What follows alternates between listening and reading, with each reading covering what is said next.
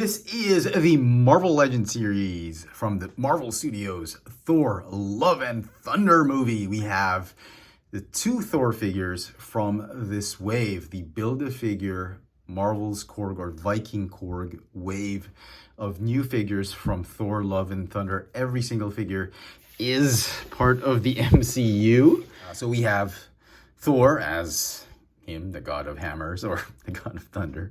And then we have the Ravager Thor. So you can clearly see he has already lost some weight after Endgame. Here are both Thor figures out of packaging, and boy, do these figures look great. At first glance, when I saw promo pics, I wasn't sure I was gonna get these figures, but now that I have them, I am so glad because these are very, very good, well-designed, well-made figures. Let's begin with Ravager Thor. It appears to be a brand new mold. I don't think they recycled anything about this figure except maybe for the axe or the Stormbreaker accessory. The Stormbreaker accessory, I don't have my Fat Thor anymore or my Endgame Thor, but it does feel like it's the same one they used for Endgame. It's just that I guess they remolded it into a softer some softer material. It looks pretty accurate. I think these nice little silver paint apps on the weapon. It looks to be the same weapon.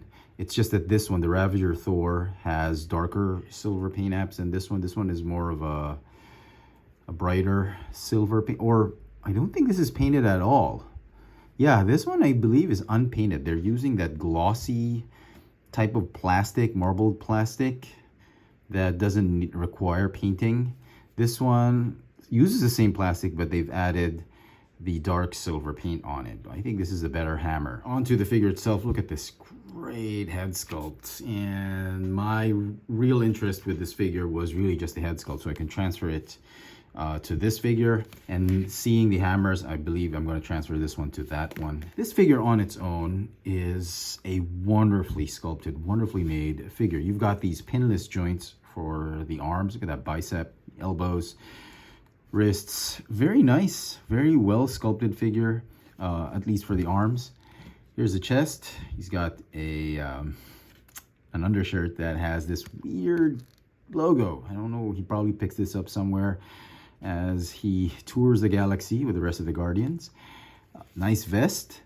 The look is reminiscent of Thunderstrike Thor, I should say. It kind of is giving off that vibe. It's a nice nod to that version of Thor back in the day. The boots, wonderfully sculpted. As far as articulation goes, he's got a ball jointed neck up here and down here. We can pop that off right now because we're going to swap it to the other head. So right there, he's got an ab crunch, a waist swivel. Shoulders, are there butterfly joints? Nope, it's just your regular hinge swivel joint. Bicep swivel, again the double jointed elbows that are pinless. Wrists can go in and out and swivel. Hips, do the splits. Thigh swivel. Double jointed knees, again pinless, very nice. No calf swivel, is there? Nope, no calf swivel. Ankles can go up and down and have the rocker tilt. So all in all, great sculpt, great paint apps, fantastic detail on this figure, and that wonderful head sculpt, which I'm going to cannibalize and move over to that other figure. Now, speaking of this other figure, it kind of reminds me of a character from Aquaman, that movie with Jason Momoa. Yeah, he's kind of giving me that vibe. And my main contention with this figure, I'm going to get right to it, is this head sculpt with a helmet on. And as you can see, I think they've miscalculated where to cut those eye holes for the mask.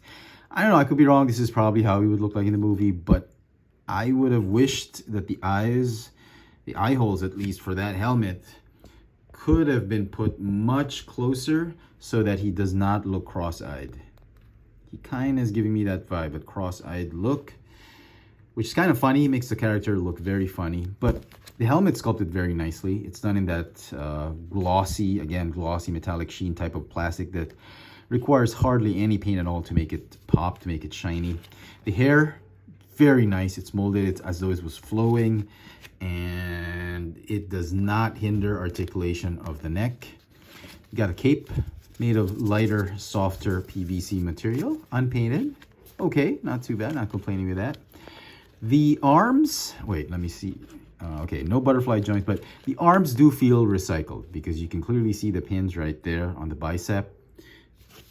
Let me bring out Infinity War Thor. I have a feeling that it's the same. Yep, it looks to be the same bicep, tricep, and shoulder deltoid assembly. You were already going to do pinless joints for the forearm, for the knees. Why not go all the way and just resculpt this, right? But nope, I think they decided to go cheap and they repurposed the upper arm of Infinity Thor. A bit of a gripe there. It's a shame. Would have been a very perfect figure. The armor looks amazing though. Fantastic. I love the gold paint, silver paint on it. Nice matte black finish on the discs. Very nice waist cape. Pauldrons right here. Very nice. Gauntlets. Very cool. He does have an alternate hand. Let me get right to it. I'm not entirely sure why they chose the right hand to be the alternate hand, because the right hand is always going to be the gripping hand to carry Stormbreaker, right?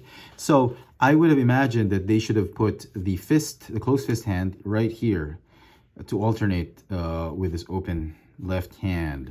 Very interesting that they chose the right fist. The kind of looks like Atlantean armor, his pants. But it does look very nice. I love this metallic blue plastic that they've used so that they don't have to paint the boots. It's got that translucent quality about it. It makes it look like it's a deep metallic shine, as though it were, it could glow. That's the kind of effect I'm getting from the boots, from the feet, and the lower leg. Nice gold paint apps. Overall, it's a fantastic design. Like I said, my main gripe really is that head sculpt. So, speaking of that head sculpt, let's see if we can, fingers crossed that we can actually pop this one in. Let me just talk about the articulation. It's the old hinge and ball joint Thor. So, okay. Does pop on nicely. The Ravager Thor fits very, very nicely onto this armored King Thor. So I think I'm going to keep him this way, just like in the movie, and then maybe pop this one right here. Okay, I know, it's ridiculous, but yeah. So just to run down the articulation and talk about the neck. The upper torso is on a ball joint. Shoulders are like the same as Infinity Thor. You can go up like that. Infinity War Thor, forward, backward, in and out. Biceps will double jointed. Elbows. Oh, they kept the pin. My bad. So that pin right there. Man, I mean, they could already sculpt pinless joints. I don't understand why they couldn't. They can resculpt that forearm, man. Legs can go in and out, forward and backward. You got a thigh swivel, double jointed knees that are pinless. Congrats. And then the feet can go up and down and have the rocker tilt. All in all, a beautifully sculpted figure, like I mentioned. Great paint apps, fantastic looking Thor. And between the two, obviously, this is my Thor. So for some size comparisons, here are a bunch of other Thor and I guess hammer wielding figures that I still have in my collection. We've got the 80 years Marvel Anniversary Thor. Here is Infinity War Thor. And you know what? I am so glad that the new Thor figures are just about as tall, if not taller, than the Infinity War Thor. Because for the longest time, this has been my MCU Thor. I had the Infinity War and Endgame Thor, which I thought were pretty small, but Hasbro decided to go full correct scale on that figure with the rest of the other MCU figures. So okay, fine, I accepted it, but I did not keep them because I felt that Thor had to be bigger, even though he wasn't really that big in the movie. But it always seemed to me that every time I saw the movie, that Thor was always the tallest, and I thought he was a little bit taller, and I thought the Infinity War Thor was the proper Thor, MCU Thor for me, at least for my collection, and not the beer-loving, fat, obese Thor that we got. But you can clearly see right here, the armored Thor is, in fact, just a millimeter taller than this Thor because he's got the helmet. And you can see Ravager Thor just 2 millimeters shy head to toe from this Thor. And I love the scale. I love this new scale. And I think they got it right this time. And here they are with Steve Rogers holding a Mjolnir. And then finally, you look at the Stormbreaker comparison with the Infinity War Thor. And personally, I'm sorry, this is still my preferred Stormbreaker, despite it being ridiculously too big. I'm pretty sure this is the correct one. This is the correctly scaled one and designed one, but I just really love this. And if you ask me, I would cannibalize all the pieces and have him with the body, his head sculpt, and his Stormbreaker. We'll show that off later in the end. And so some final thoughts on these two MCU Thor figures from the Marvel Legends line, from the upcoming movie Thor Love and Thunder. I think both figures are amazing. They are well sculpted, fantastic details, paint apps are amazing. I had a few nitpicks with the figures. I thought the armored Thor's head sculpt, the eye holes for his mask should have been a little bit closer. The repurposed arms for armored Thor, they could have remolded that into pinless joints, but they didn't. And I personally think the Stormbreaker weapons, Stormbreaker accessories they feel a little small. I'm pretty sure Hasbro got them right, but I'm just a big fan of their first version of Stormbreaker.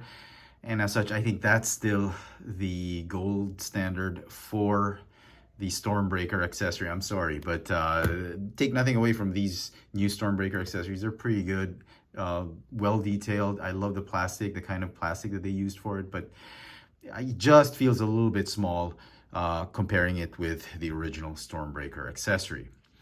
The Ravager Thor is just an amazing figure. My main Thor between the two is really the armored Thor. That's his final version, I think, in the movie. And him with the Ravager Thor head sculpt plus the Infinity War Thor Stormbreaker just makes the figure absolutely perfect. I mean, this is my MCU Thor. He's going to stay on the shelf for a while. Now, both figures are going to get a 9.5 out of 10 each. They're very close to perfect figures. And by far, I think, personally, they are the best MCU Thor figures right now, currently in the Marvel Legends line. If you are a big fan of Thor in the movies and you're into Marvel Legends, then these two figures are an absolute must-have. You got to pick these up. Do let me know in the comments what you think of these two Marvel Legends, Thor Love and Thunder, Thor Odinson, and Ravager Thor figures. Hit that notification bell so you never miss out on any of my latest video reviews. And if it's your first time here, please subscribe. Thanks for watching.